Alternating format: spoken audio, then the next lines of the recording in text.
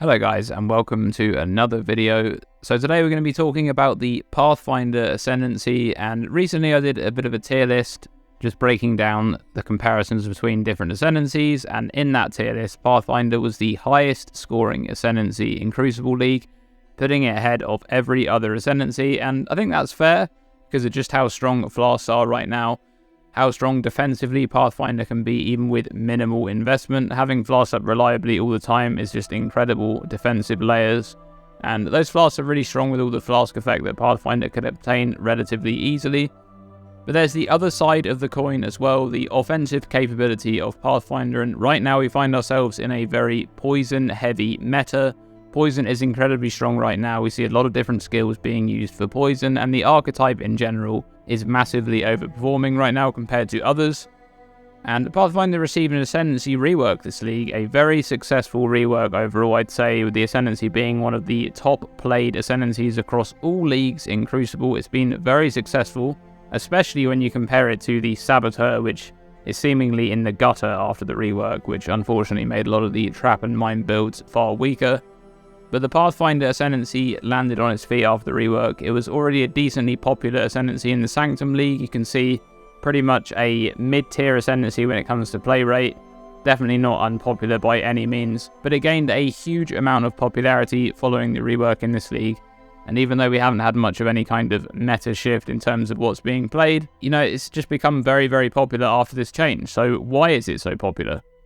Well, this is the reworked tree for the new Pathfinder, and one of the biggest changes on the new tree is Nature's Reprisal. This notable used to provide benefits that only really helped out with attack-based Chaos or Poison builds, and the new Nature's Reprisal is completely generic in that it'll just function with pretty much any Chaos or Poison-based setup, and it'll massively boost your damage. It grants a 25% chance to inflict Withered on hit, and increases Withered effect by 50%.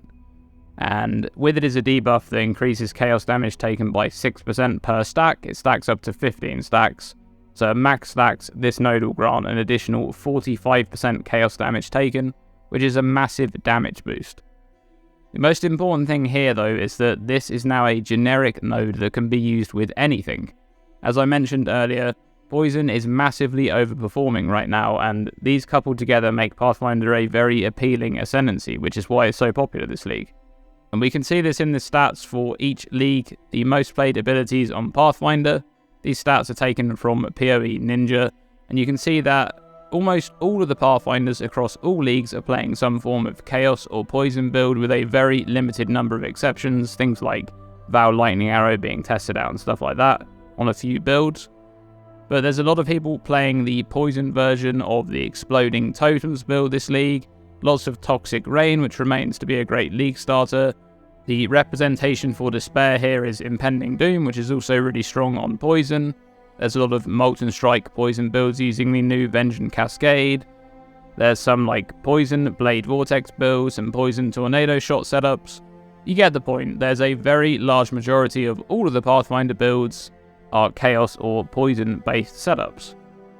So what happens when you try to play a non-Chaos or non-Poison based build on Pathfinder? Well, I actually watched a video from a fellow YouTuber, Kobe, a few days back, and he discussed one of the new notables on Pathfinder.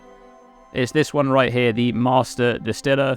But it's safe to say this node is quite broken right now, even though it's functioning pretty much exactly as it described on the notable itself.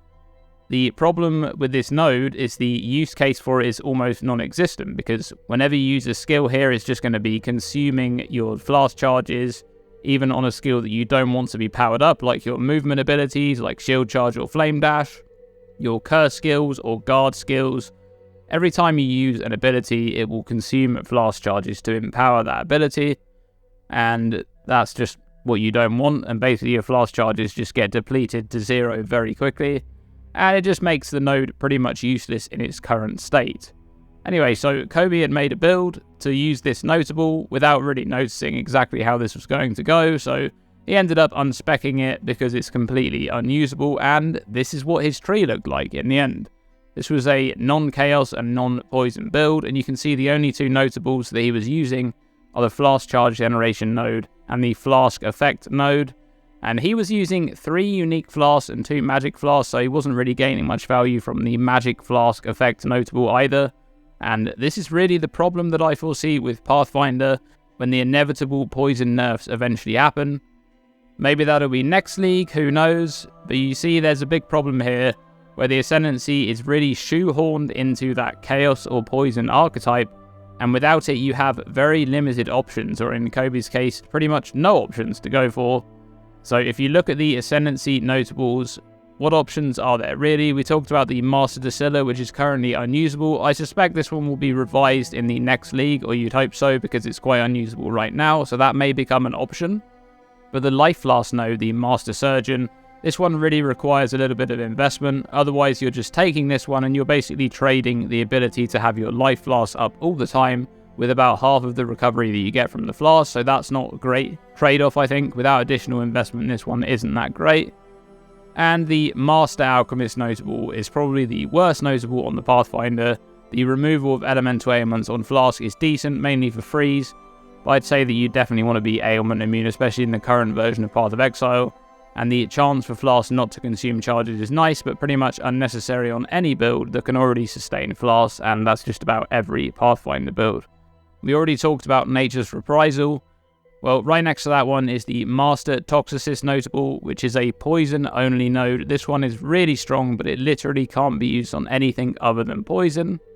And so you can start to see the problem here. And I think this problem doesn't really exist in the current league because poison is in such a strong place.